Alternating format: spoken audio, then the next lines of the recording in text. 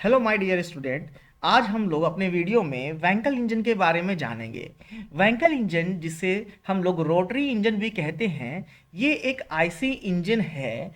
और इंडिया में जो आईसी इंजन यूज़ होता है, जिसे हम लोग रेसिप्रोकेटिंग इंजन कहते हैं, उसके जस्ट उलट ये इंजन रोटरी मोशन करता है। ये इंजन अमेरिका और यूरोपियन कंट्री में काफ़ी पॉपुलर है और बहुत सारे गाड़ियों के मॉडल में इसका यूज़ किया जाता है।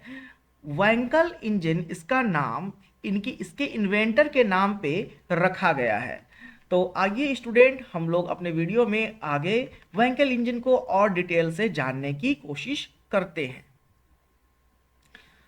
वैंकल इंजन का इन्वेंशन फेलिक्स वैंकल ने किया था, जिनका जन्म 13 अगस्त 1902 में हुआ था। यहाँ हम लोग इनके फोटो को देख पा रहे हैं। साथ ही साथ वैंकल इंजन का फोटो भी हम लोग देख पा रहे हैं, जिसमें बीच में एक रोटर लगा है। और ये रोटर जो है कंबशन चेम्बर के अंदर फिट होता है और प्लैनेटरी गियर की मदद से रोटेट करता रहता है। यहाँ पे हम लोग देख पा रहे हैं कि वैंकल इंजन से चलने वाले गाड़ियों के मॉडल।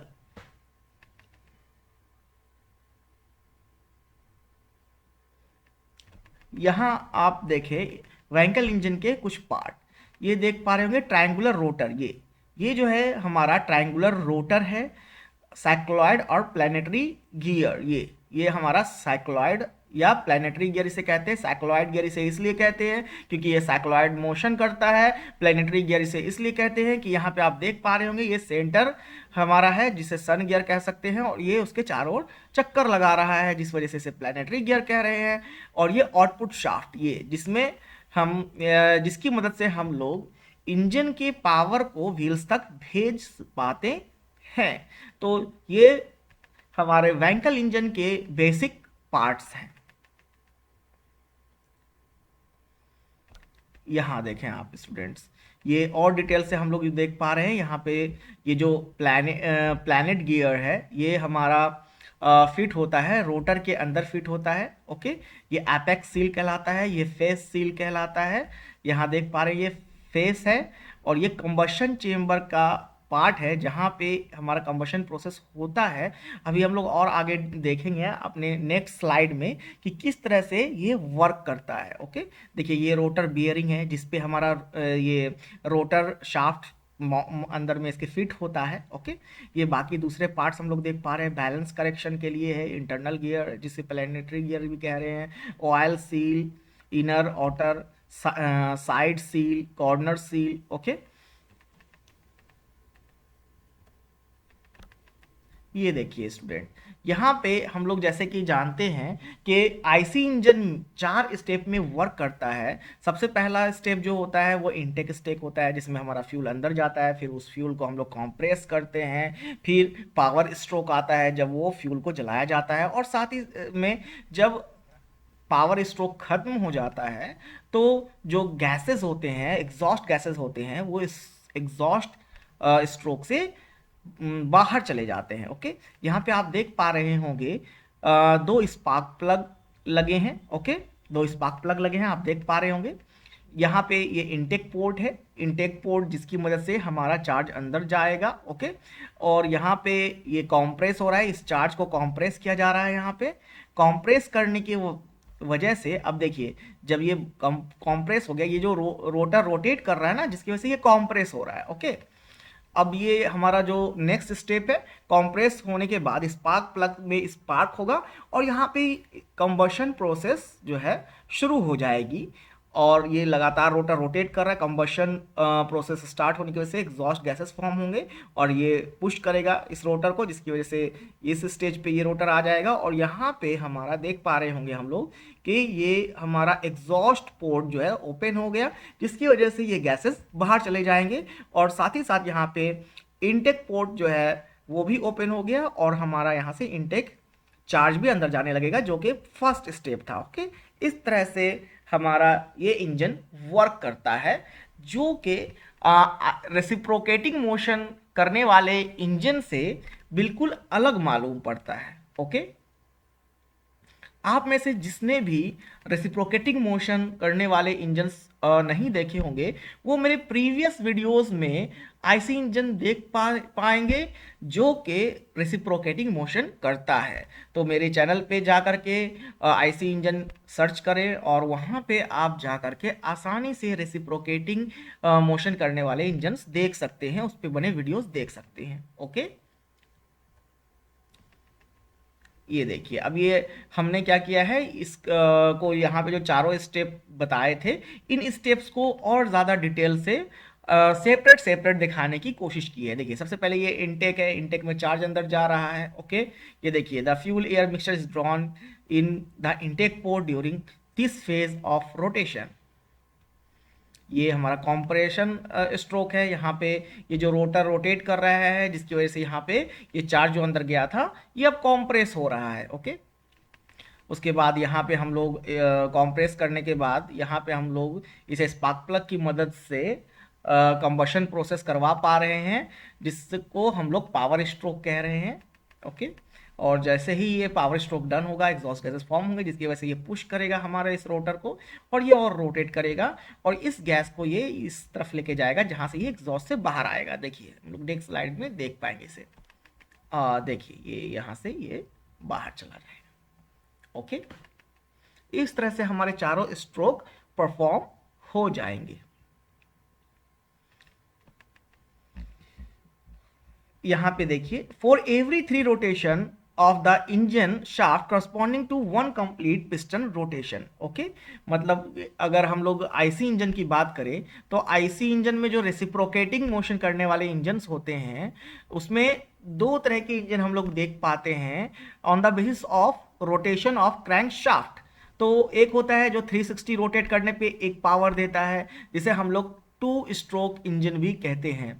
दूसरा 720 डिग्री रोटेट करता है जब उसका क्रैंकशाफ्ट, तो वो एक पावर देता है, जिसे हम लोग 4 स्ट्रोक इंजन कहते हैं। और यहाँ पे हम लोग देख पा रहे हैं कि यहाँ पे एक कंप्लीट रोटेशन जो मिलती है, जिससे हमें एक पावर मिलता है, वो जो है 360 डिग्री है। ओके,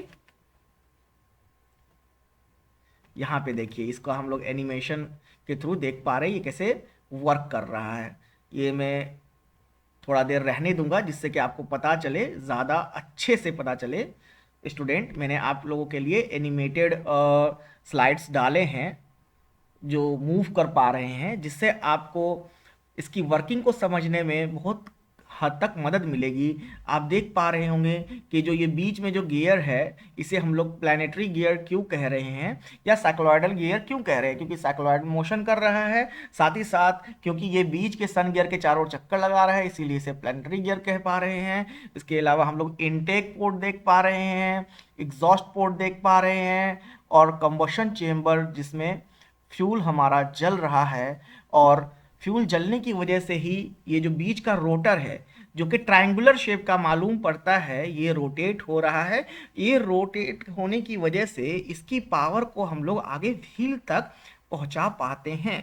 अब स्टूडेंट देखिए, आपको ये देख करके, वैंकल इंजन देख करके एक चीज़ समझ में आ रही होगी कि ये थोड़ा कॉम्पैक्ट होता है। कॉम्पैक्ट का मतलब क्या हुआ? कॉम्पैक्ट का मतलब ये है कि ये जगह कम लेता है, स्पेस कम लेता है, जिसकी वजह से ये बहुत सारे कंपनियों के द्वारा बनाया जाता है। इसका यूज बहुत सारे मॉडल्स में किया जाता है। Advantages, vehicle engine are considerably simpler and lighter. Compact होगा तो ऑफकोर्स लाइटर भी होगा। There are no connecting rod नहीं है, क्रैंकशाफ्ट भी नहीं, तो ये स्मूथ होता है, ज्यादा रिलायबल होता है। Longer stroke duration compare to 4 cycle engine. जो ड्यूरेशंस होते हैं इसके 4 स्ट्रोक से अगर इसका कंपेरिजन करें तो जो स्ट्रोक ड्यूरेशन होता है वो लंबा होता है। This means there is no need for heavy counter balance. तो काउंटर बैलेंस की ज़रूरत नहीं है। हम लोग, अगर आप 4 स्ट्रोक इंजन के बारे में, जो हमारा रेसिप्रोकेटिंग इंजन है, उसकी आपने सही से स्टडी की होगी, तो आप वहाँ देख पाओगे जो क्रैंक शाफ्ट होता है, क्रैंक शाफ्ट में एक काउंटर बैलेंस लगाया जाता है। काउंटर बैलेंस क्यों लगाया जाता है? कि रोटेशन के दौरान इंजन ज़्यादा वाइब्रेट ना करे, इसके लिए उसमें काउंटर बैलेंस लगाया जाता है। काउंटर बैलेंस लगाने से वाइब्रेशन तो हम लोग डैम्प कर पाते हैं, लेकिन उससे एक नुकसान होता है। नुकसान ये होता है कि इंजन हमारा हेवी हो जाता है। जब इंजन हेवी होगा तो पावर लॉस भी होगा। ओके, तो there is no need for heavy counter balance, okay, in the Wankel engine, therefore less power loss. Disadvantage, piston rings are not perfect seal. Piston ring perfect seal ना होने की वजह से हमें misfiring देखने को मिल सकती है। The time available for fuel to be port injected is shorter. Okay, जो पोर्ट से जो फ्यूल इंजेक्ट कराया जाता है वो उसके लिए जो टाइम है वो काफ़ी कम मिलता है हमें वैंकल इंजन में। The fuel air mixture can not be pre stored. जैसे हम लोग देख पा रहे थे रेसिप्रोकेटिंग इंजन में वहाँ पे कार्बोरेटर लगा रहता था और वहाँ पे एयर फ्यूल मिक्सचर को पहले से तैयार किया जाता था, स्टोर करके रखा जाता था। वैसा यहाँ पे पॉसिबल नहीं है और इसका कंस्ट्रक्शन जो है वो थोड़ा कॉम्प्लिकेटेड है। कॉम्प्लिकेटेड कंस्ट्रक्शन, कॉम्पैक्ट तो है लेकिन थोड़ा कॉम्प्लिकेटेड है। अगर हम लोग इसका मेंटेनेंस करना चाहेंगे तो कॉम्प्लिकेशन के कारण, कंस्ट्रक्शन जो इसका कॉम्प्लिकेटेड है तो इसके मेंटेनेंस में, इसकी ओवरहॉलिंग में थोड़ी हमें ज़्यादा मेहनत करनी पड़ेगी as compare to reciprocating engine. Okay, application racing car, aircraft, Mercedes Benz and Volkswagen and Audi, है ना, ये सारी कंपनियां जो है अपने मॉडल्स में वैंकल इंजन का यूज़ करती हैं। तो स्टूडेंट, मुझे लगता है कि आपको वैंकल इंजन के बारे में बहुत अच्छे से समझ में आ गया होगा।